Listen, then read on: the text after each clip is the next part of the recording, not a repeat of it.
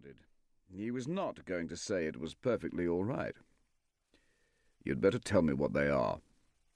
"The Germans are preparing for war. They will attack France almost certainly. The question is, will we come to the aid of France?"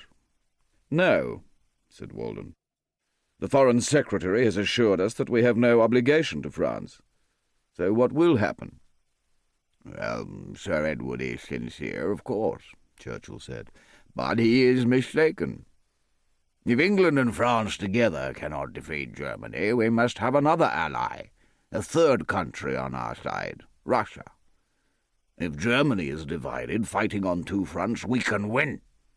The Russian army is incompetent and corrupt, like everything else in that country, but it doesn't matter, so long as they draw off part of Germany's strength."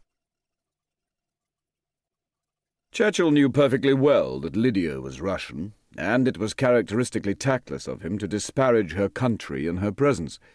But Walden let it pass, for he was highly intrigued by what Churchill was saying. "I can't imagine your chaps joining hands with the Tsar." "Then you misjudge us.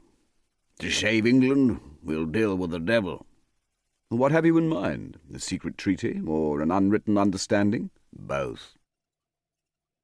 Walden looked at Churchill through narrowed eyes. This young demagogue might have a brain, he thought. Go on. "I have initiated naval talks with the Russians along the lines of our military talks with the French. A young Russian admiral is coming to London. His name is Prince Aleksei Orlov. I believe he is related to you, Lady Walden." "Yes," Lydia said. "He is the son of my elder sister. I didn't know he had become an admiral. He is young to have so much authority." "He is 30, Churchill said to Lydia, and Walden recalled that Churchill at 40 was very young to be in charge of the entire Royal Navy.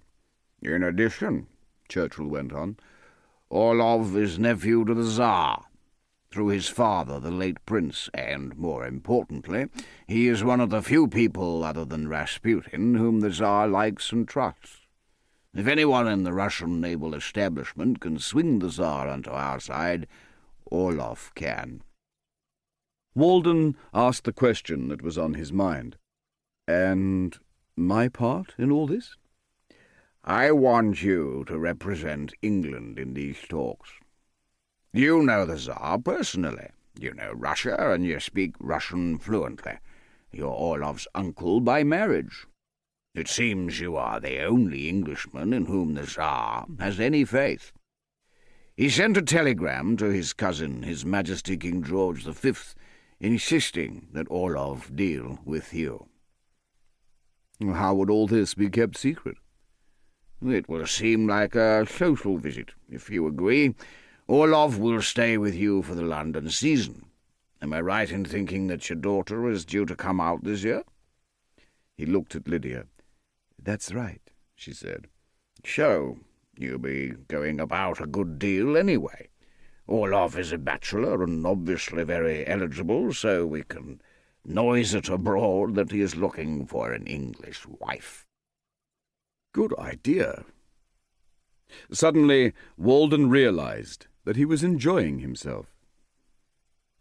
He had used to be a kind of semi-official diplomat under the Conservative governments of Salisbury and Balfour, but for the last 8 years he had taken no part in international politics. Now he had a chance to go back on stage. The Russians were not easy to deal with. They tended to be capricious, obstinate, and arrogant, but Alex would be manageable. He had spent a couple of years at Oxford University, and had visited Walden Hall in the vacations. The boy's father was dead, so Walden gave him rather more time than he might normally have spent with an adolescent, and was delightfully rewarded by a friendship with a lively young mind. Churchill said, "May I take it, then, that she'll do it?" "Of course," said Walden. Lydia sat down in the flower-room, her sanctuary.